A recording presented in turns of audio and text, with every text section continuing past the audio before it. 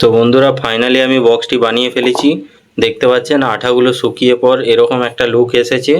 যদিও আমি এর মধ্যে কোনো রকম স্টিকার অ্যাপ্লাই করিনি, তবে আপনারা দেখে বুঝতে পারছেন এর লুকটা খুবই সুন্দর লাগছে।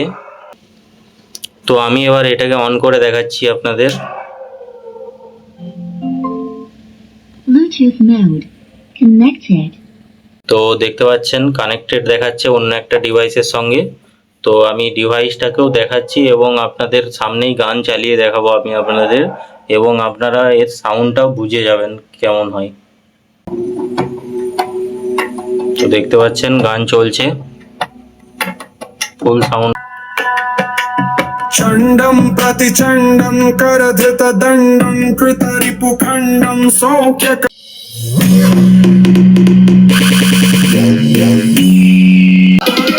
सबने सलाम किया माधव माधव हे माधव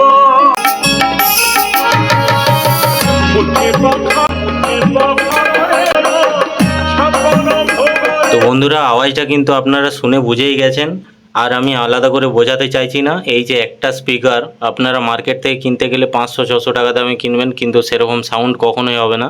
এটাতে আমি ইউজ করেছি 3110 যে বোর্ডটা হয় ক্লাস ডি, সেই বোর্ডটা। তো সেটাতে 15+15 ওয়াট আউটপুট পাওয়া যায়, কিন্তু আমি এখানে একটা স্পিকারই ইউজ করেছি কারণ আমার কাছে আরেকটি যেটা স্পিকার ছিল সেটা খারাপ। এবং আমি আপনাদের কম বাজেটের মধ্যে, খুবই কম বাজেটের মধ্যে এটা বানিয়ে দেখিয়েছি।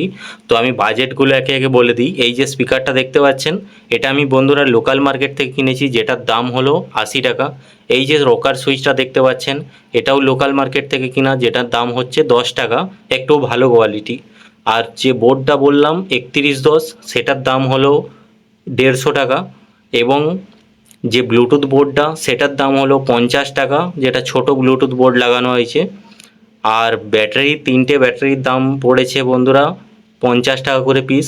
এবং যে বিএমএস সার্কিট ইউজ করা হয়েছে ব্যাটারির মধ্যে চার্জিংয়ের জন্য, তো সেটার দাম পড়েছে বন্ধুরা 80 টাকা। এবং এই যে চার্জিং পিনটা, সেটার মূল্য হলো 10 টাকা। দেখতে পাচ্ছেন রেগুলার পিন, যদিও এটা আমি কিনে লাগাইনি, এটা আমার অন্য সার্কিট থেকে আমি খুলে লাগিয়েছি। তো বন্ধুরা, আর এই এমবিটিএফ বোর্ড থেকে যেটা বানিয়েছি, এটা আপনারা যে কোনো পুরনো পাতলা বোর্ড দিয়ে বানাতে পারেন। তো বন্ধুরা, এটা আমার কাছে ছিল তাই আমি এটা দিয়ে বানিয়েছি। আর এখানে একটা প্লাস্টিকের ছোট পাইপ ছিল, যেটা আমি ইউজ করেছি বেসের হাওয়া পাস করার জন্য। তো বন্ধুরা, আজকের ভিডিওটি দেখার জন্য আপনাদের অসংখ্য ধন্যবাদ। আশা করছি এই ভিডিওটি দেখে আপনারা সব কিছু বুঝতে পারছেন। যদি না বুঝতে পারেন তাহলে কিন্তু কমেন্ট অবশ্যই করবেন। দেখা হচ্ছে পরের ভিডিওয়।